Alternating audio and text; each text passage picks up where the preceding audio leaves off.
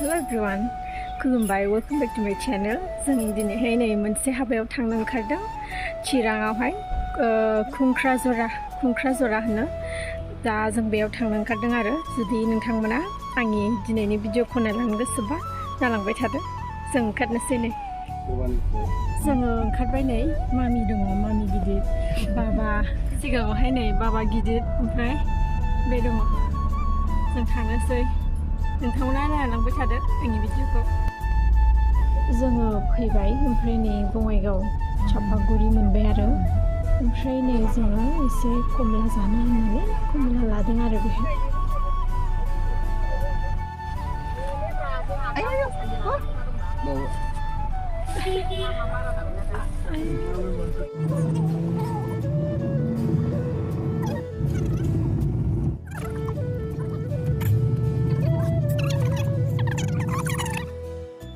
जोङो हाबायाव सफैबाय नै ओमफ्राय गारि पार्किं खालामनानै फैबाय जि गोलावखा पार्किंआबो अयथासार गोलाव थाबायनानैसो पार्किं नै ओमफ्राय जों दा हाबाथिलियाव थांगासिनो दङ ओरैबायदि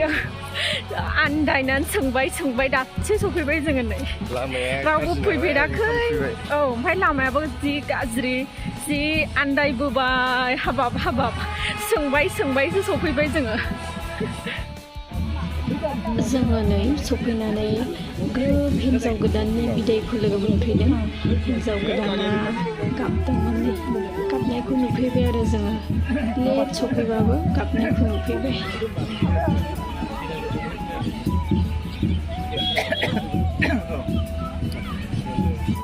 नोंथांफोरा माबायदि मोनदों?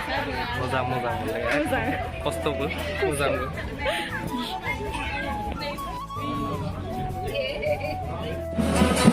भिडिअ लादों दहाय फैदों दहायनो फैदों फुङावनो कैसा लग रहा है आपको आके अच्छा लगा मजा आप कुछ बोलिए फर्स्ट टाइम अच्छा है जगह आने आप बोलिए कैसा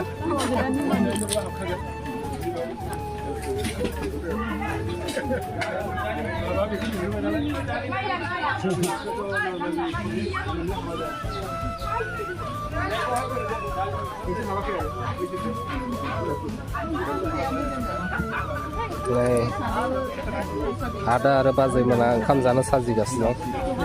ओंखामखौनो लाबोआखै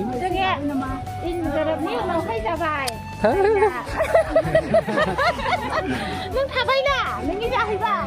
थाबा थाब जायोलै थानो थिनबाय बेखौ लाइनाव लाबोनो जाहैबाय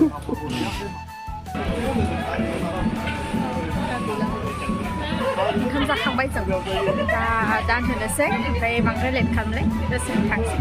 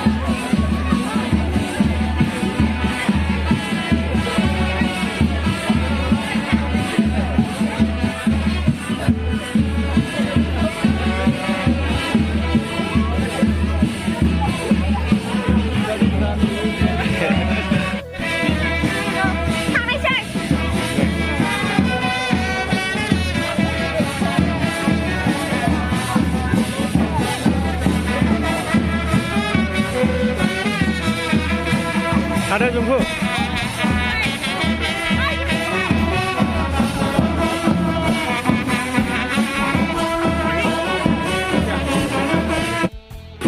하바 자캉바이네. खालामबाय दा थांफिनसै मोनाबायबो ओमफ्राय लामायाबो गोजान ना ओंखायनो जों ओंखारनोसै